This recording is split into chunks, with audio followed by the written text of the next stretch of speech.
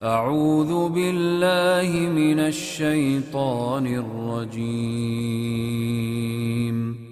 بسم الله الرحمن الرحيم. Kita ada waktu 4 menit. Baik, terus akhir Ustaz, silakan bagi bapak ibu-ibu yang mau bertanya, saya berikan kesempatan. Jika ada yang menulis di kertas, juga bisa disampaikan ke moderator.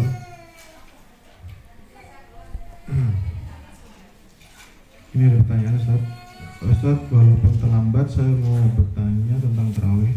Kalau 8 rakaat dikerjakan 4-4, apakah ada tahiyat awal? Bagaimana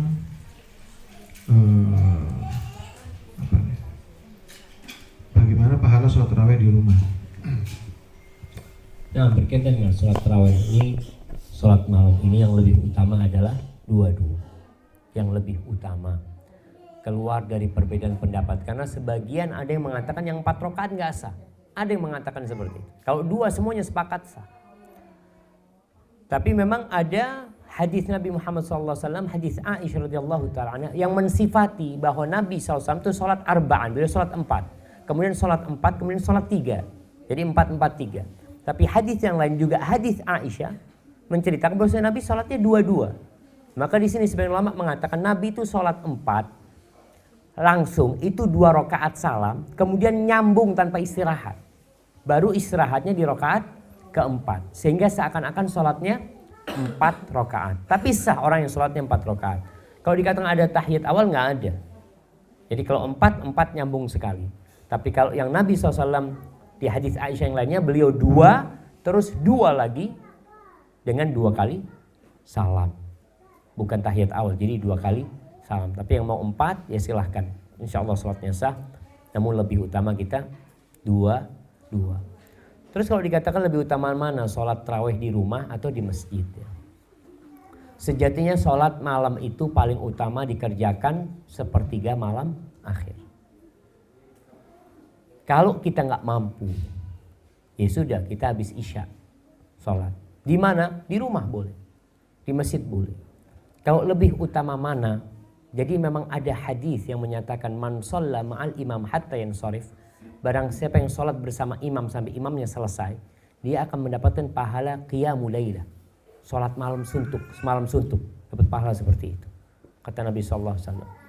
Maka bisa jadi di masjid lebih utama, tapi buat wanita. Kalau di rumah buat dia lebih khusyuk, itu lebih nyaman dia di rumah. Ada pahala tempat, ada pahala kualitas ibadah itu sendiri. Yang lebih dititik beratkan adalah kualitas ibadah kita. Sholat di Masjidil Haram, kalau nggak khusyuk di sana, kita kan berharap dapat 100.000. Tapi ketika nggak khusyuk, nggak dapat kita 100.000. Ada orang yang sholat nggak dapat apa-apa, walaupun di Masjidil Haram. Maka kekhusyuan itu lebih penting daripada keutamaan tempat. Maka kalau kita bisa sholat sendiri dan ibu-ibu mungkin sholat bawa Qur'annya, kalau dia hafalannya sedikit, silahkan dia pegang mushaf. Ketika sholat tarawih 1 rakaat kalau bisa 1 juz umpamanya. Ya kalau nggak hafal kan tinggal baca dia. Rasul SAW 1 rakaat 5 juz setengah. Bayangkan kita 1 juz saja, aduh Ustaz nggak kuat. 1 juz sampai 12 rakaat, 11 rakaat pun nggak nyampe kadang-kadang jemaah. Iya seperti itu. Hadza wallahu a'lam bishawab. Sesuai Ustaz atas jawabannya. Silakan kalau ada yang mau bertanya bisa langsung. Atau ada yang mau menulis?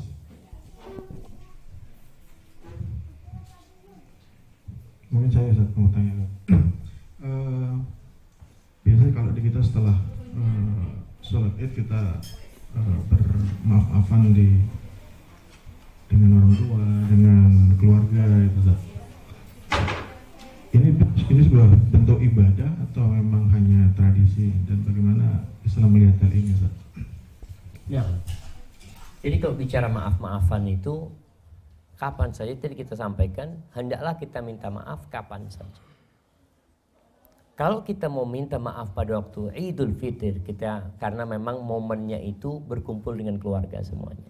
Artinya ada orang-orang yang nggak pernah kita jumpa di sana, orang-orang pada mudik memang, dan kita ingin minta maaf kepada keluarga. Silahkan, nggak ada masalah. Tapi nggak harus nunggu waktu itu. Umpamanya kita ketemu sama keluarga kita yang jauh mudik dari Jakarta datang ke sini, kita ketemu malam ini. Seharusnya malam ini kita minta maaf sama dia.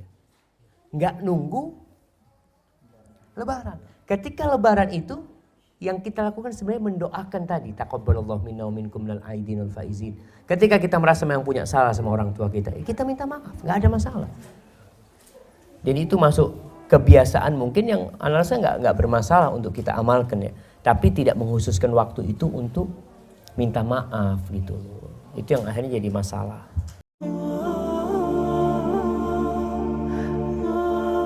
Lalu Ibnu Jauzi berdoa, Allahumma in adzabtani ghadar. Ya Allah, kalau kau besok mengazab aku, jangan kau kasih tahu orang-orang itu. Li'alla yuqal, agar supaya tidak tersebar pembicaraan azaba man da'a ilaih, azaba man dalla ilaih, supaya orang-orang enggak ngomong